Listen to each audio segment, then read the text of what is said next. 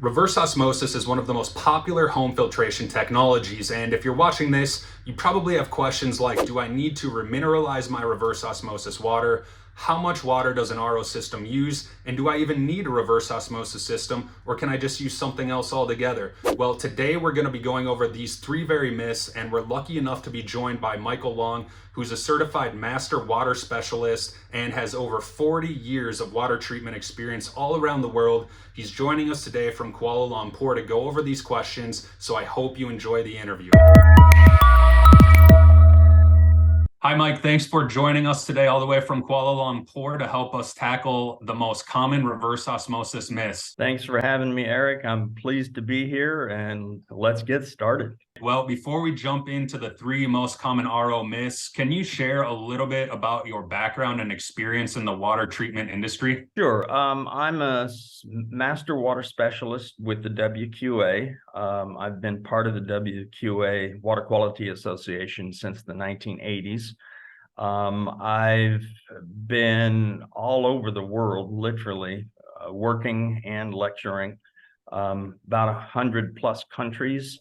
So I'm pretty used to different water conditions everywhere I go.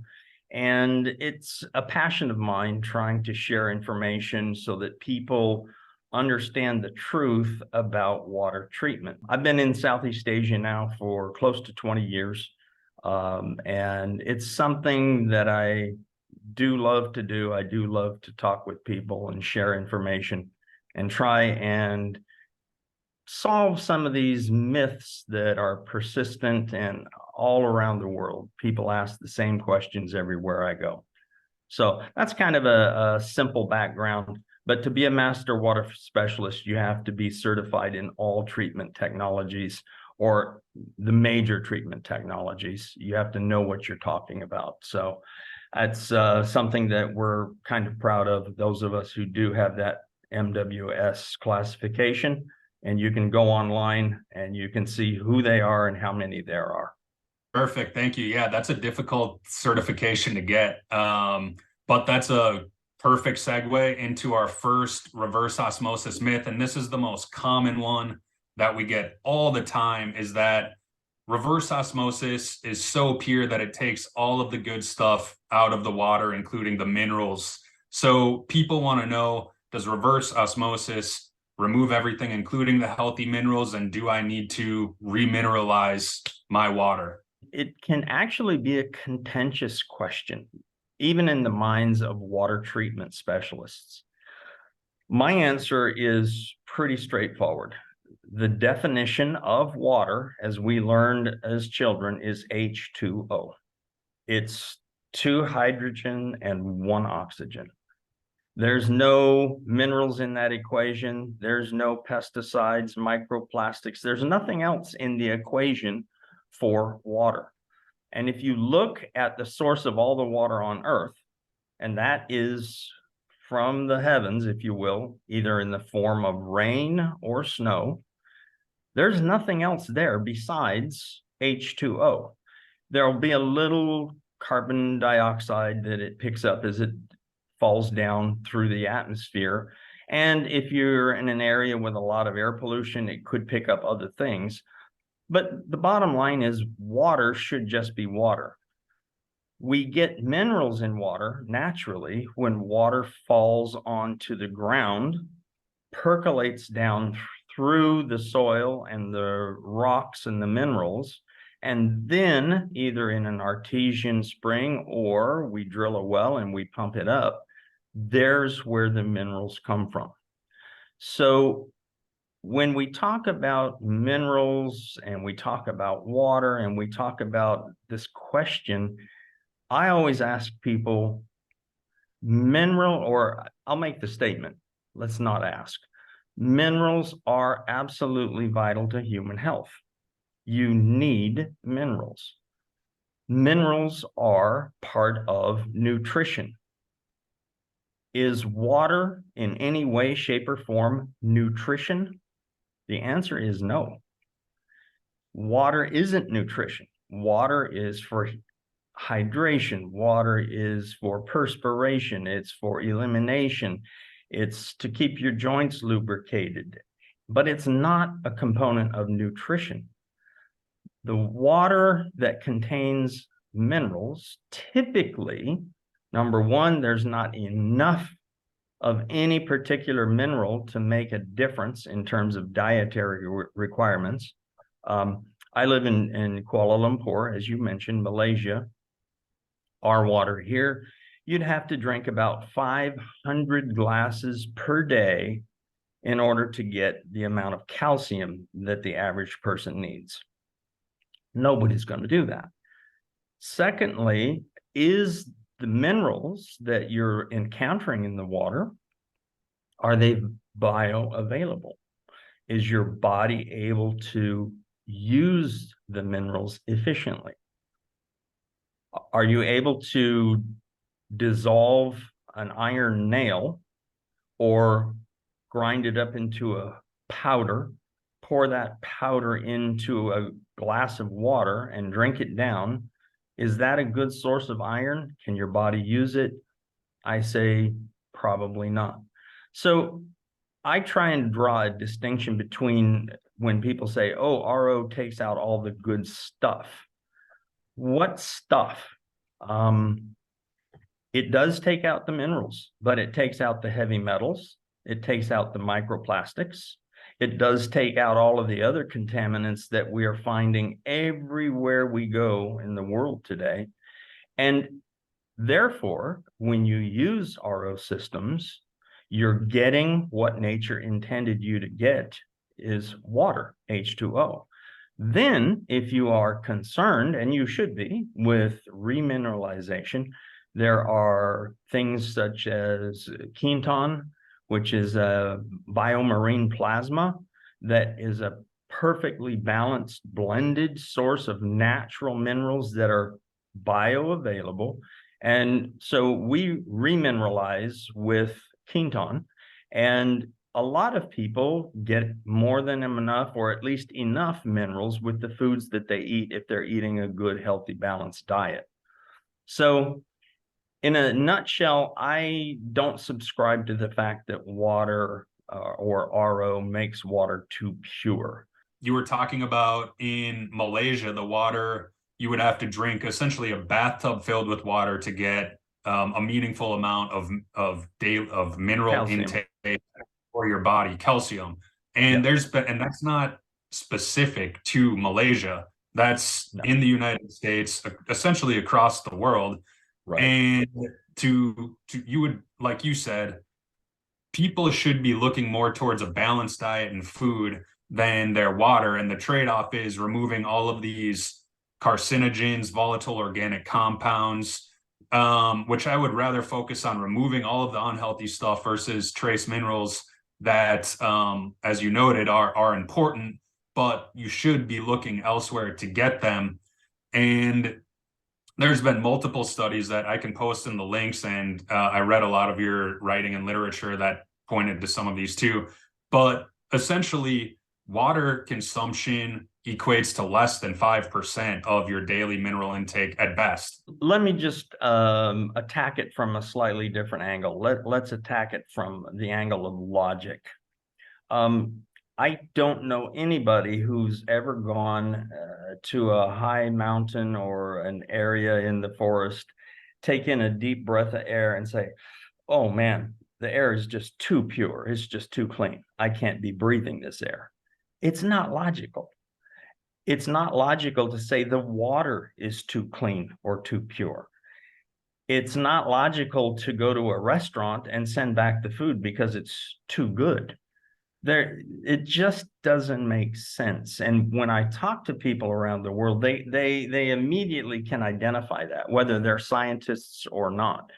So again, this question about removing stuff from the water that shouldn't be there, regardless of what that stuff is, to me, that's number one. And it's why when you look at bottled water, for example, in India, you go to the airport in Delhi, India, and there's a sign on the wall. I've taken a picture the last time I was there. Reverse osmosis water fountain. Because people instantly in that part of the world know that if it's reverse osmosis, the water is pure to drink. Whereas you're taking a huge risk if you're drinking water from another source in places in India or other parts of the world. So this is a topic that we could go on and on and on, but the bottom line is I would prefer to ingest water that I know is free from any sort of contamination, and then either through mineral supplements, Quinton, marine plasma, um, extra calcium, whatever it is that a person feels that they need or want to get, that they don't get enough of in their food, because today's foods are, most of them, very depleted of the nutritional value that they had, say, 100 years ago.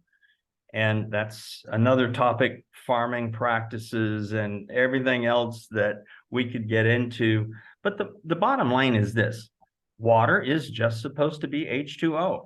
And if you want something else added to the water, then you add it once you know that water is clean and pure and safe. It's not to say you don't need to remineralize your water or add the right minerals to your water after it goes through the reverse osmosis. It just do it correctly with the right quality materials and supplements. And there's also ways to remineralize it just naturally too. Yeah. And I'll include, because we have an article or a guide specifically on if you do want to remineralize your RO water. There's a lot of ways to do it, and I'll include that in the description below so you can have a look at the different ways that you can do it if it's something that you do in fact want to do. And the Absolutely. second, Yeah. for sure. And the second big one that we get, so the second myth is that reverse osmosis, quote, wastes water. And this is one I know that you're passionate about too, and I also have my thoughts on it. But I'll let you just kick it off with what's the deal with the reverse osmosis wasting water? I always like to challenge that word. I mean, yeah, it's just language, but when we look at the definition of the word waste, it means basically useless, worthless, garbage, shouldn't be there. And in fact, the opposite is true with an RO system. It doesn't waste water. It uses water to clean the water. What do I mean? Well, let's talk about taking a shower. You don't take a dry shower. You use water to clean your body and rinse the shampoo out of your hair. And none of us think in terms of, wow, how much water am I wasting when I wash my hands? How much water am I wasting when I do the dishes? And if you look at a typical household appliance like a washing machine, it's got a rinse cycle, not a waste cycle. And yet what it's doing is it's rinsing the soapy, dirty, contaminated water down the drain. It's not wasting that water because that water is used for a purpose. The same would be true of an automatic dishwasher if you've got one in the house. And most people don't realize that literally less than 1% of the total water used in an average household is consumed. 99% is working water. It's, again, washing the dishes, mopping the floor, doing laundry, bathing the kids. Nobody that I know of drinks the water out of a bathtub once their kids have had a bath because they don't want to waste that water. We brush our teeth, we flush the toilets, a huge consumer of water in the home. And yet people generally don't think about every time you flush the toilet, you're, quote, wasting water. So it's a psychological thing. I understand it. And to be honest with you, a lot of filter manufacturers push the notion of RO systems, quote, wasting water, because they don't want people to buy an RO system. They want people to buy their filter. But the bottom line is this: reverse osmosis systems use water to rinse the membrane clean of the contaminants that it's taking out.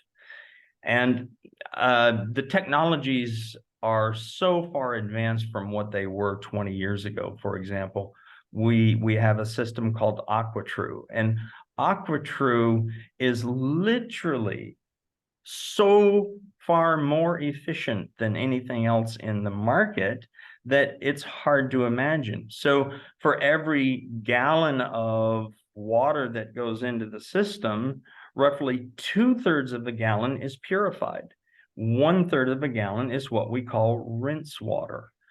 So again, it's a psychological thing. People do argue with me, and I don't have anything against people talking about wastewater. I just try and educate them that. I'll give you an example. I've got 2 RO systems in my home. The rinse water from my RO system goes straight out to my fish pond. And the reason it does is I don't have to refill my fish pond due to evaporation. Or I do a little, depends on how hot and, summertime. But the water going on the rinse side of the RO system is actually cleaner than the water coming in on the tap side, because it's gone through carbon filtration, it's gone through sediment filtration. So it's better water than what goes into the unit. And people, I know lots of people personally, they collect the rinse water and they use it for mopping. They use it for whatever it is they use working water for. So this is semantics, but to me, it's an important psychological barrier that people need to get past. RO systems don't waste water. Simple. I like that you just challenged the premise of using to start with using the word waste on its face. And I tend to agree that when you compare it to all these other things that you noted, like washing your hands, washing the dishes, taking a shower, it's hard to consider it waste, especially for the after effects that you get, which is pure water, like we just talked about. And then you also raised two other points that I think are important, is that the technology, this claim that RO wastewater, even if you do accept it as quote wastewater, they've come so far technologically and with a lot of these systems that this was something that you could say with a lot more confidence, 10, 20 years ago, that RO is wastewater. And you mentioned the wash to pure ratio, which, back in the day, it was like you would waste 4 gallons of water just to get 1 purified gallon of water. So it was like, in that case, you would have a lot more kind of ammunition to make this claim. But correct. These days, like you noted, countertop ROs like the AquaTrue and some tankless units and even tank-based units now have come so far with efficiency, just like everything else in the world, where they're just so much more efficient. So that's number one. And then the second thing that you also mentioned is that you can indeed use RO water for things around the house. People do this a lot. You don't have to, but if you're really concerned about it, you can use it for, like you were saying, household chores, mopping your floor, washing your car, watering your plants if the water is not too acidic, things like that. So there's plenty of uses that you can indeed, if you're really inclined to use that water for. And I'm glad you brought up the efficiency part of it. Undersink systems with the tank by design do use more water than countertop systems, especially the AquaTrue unit. But again, when you mentioned 5 gallons or 4 gallons to get one, some RO systems under sink use literally 8 gallons to get one. I mean, the efficiencies were in the neighborhood of 15%, 20% max.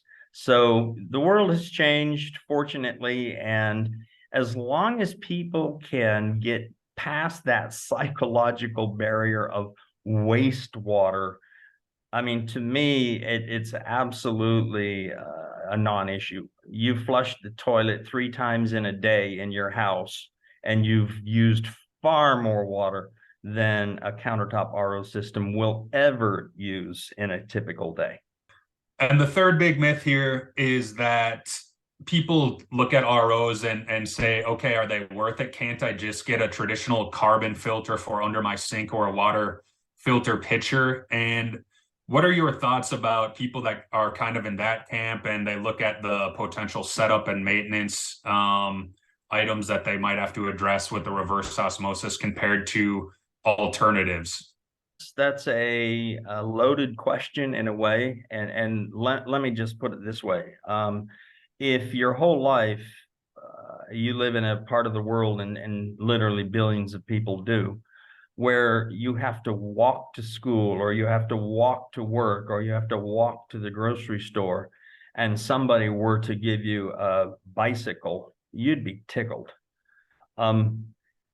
If I have zero access to any water treatment, and all of a sudden somebody offers me a carbon filter, I'm going to be thrilled, or a sediment filter.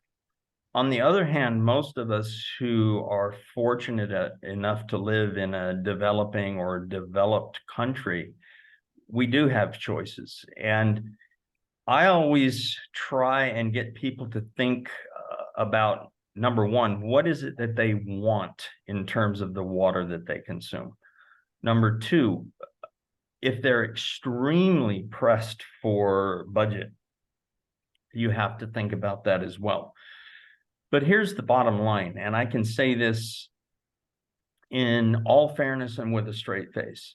If you want the best technology for removing virtually every known contaminant, reverse osmosis systems are by far and away the best method to do so.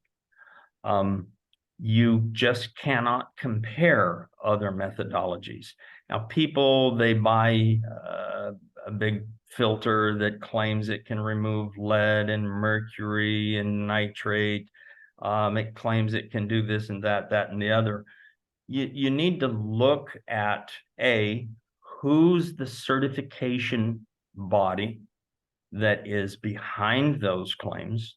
And unless, and I say this again very, very straightforwardly, unless it's somebody like WQA, NSF, or IAPMO, these independent labs that some companies pay to run their tests are doing so in a rather meaningless way.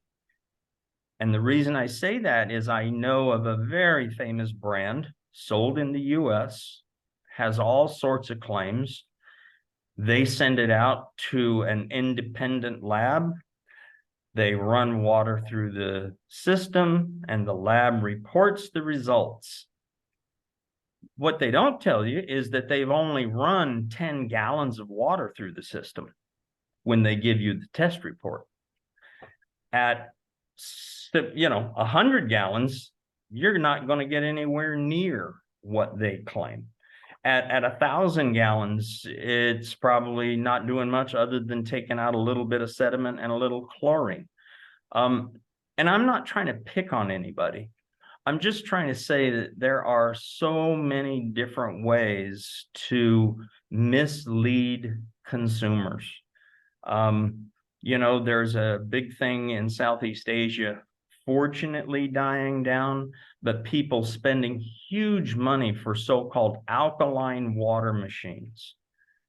It just breaks my heart when I hear people that have spent literally thousands of dollars to buy something that is basically worthless.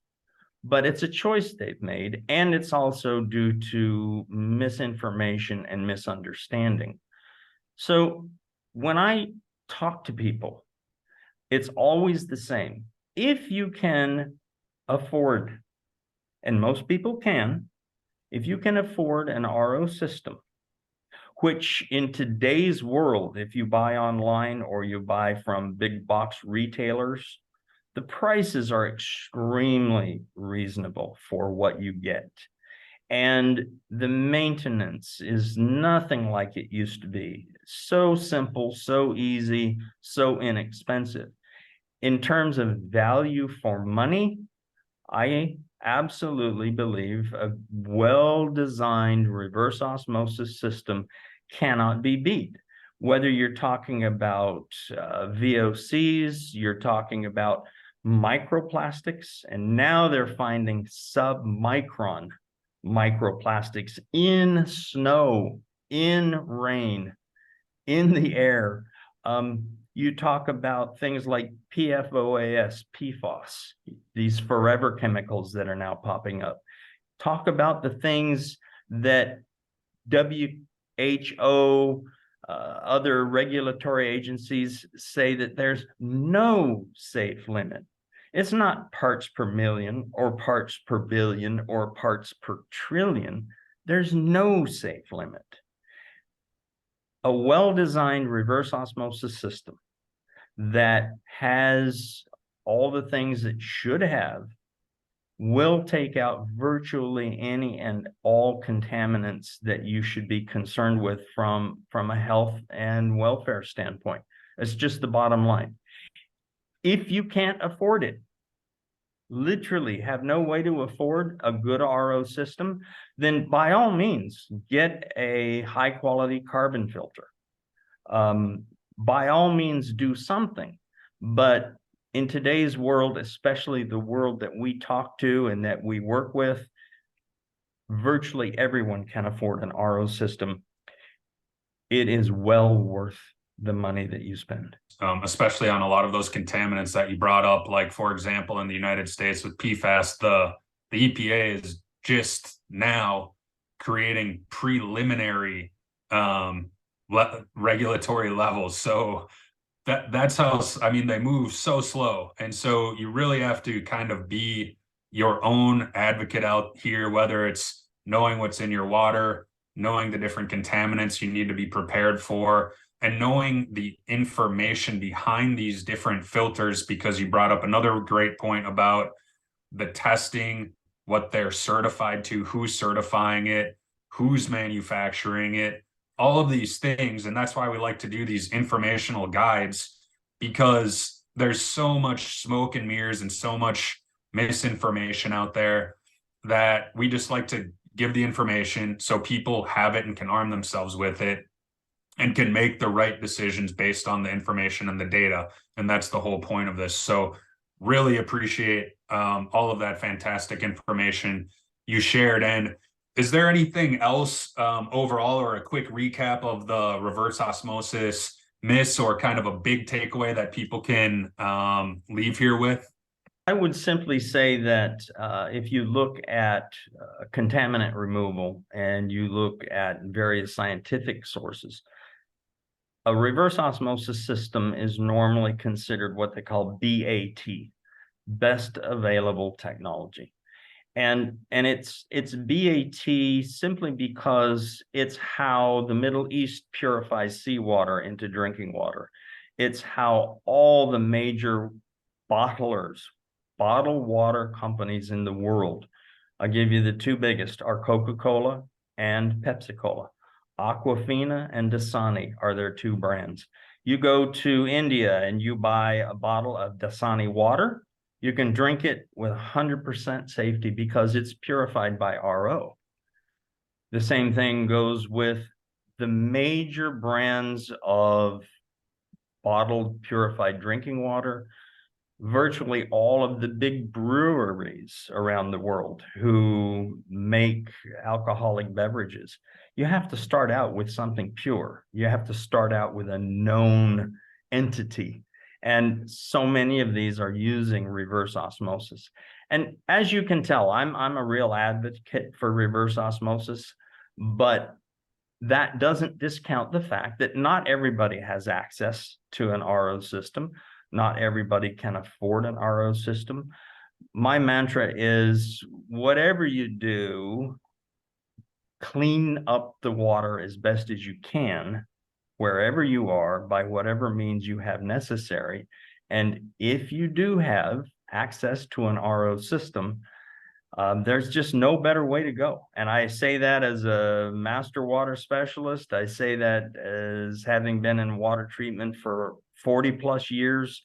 And right now, if you don't mind a little plug, the AquaTrue system is by far and away the most efficient and best system on the market. Requires no plumbing. You plug it in and you turn on the switch. That's it. So Yeah, that's my sounds good. spiel. Cool. And I was going to say, so you kind of perfectly led into that. What's the best way for people to get in touch with you if they have questions or check out Water and Wellness? I am more than happy, and I don't do this routinely because sometimes I regret it, but my personal email is mike@waterandwellness.com. My our website is www.waterandwellness.com. All of us at Water and Wellness are dedicated to the best possible water, the best possible nutrition, minerals, supplements. We believe that the world needs exactly what you're doing, Eric, and that is the world needs good information. There's so much bad info out there. You know, we talk about AI and deep fakes and everything else. That's been a part of this industry for longer than I've been in it, unfortunately. And we hope that you, your listeners, and everybody who is really concerned will do their best to educate themselves, listen to good info, take things into their own hands, because nobody's going to do it for you.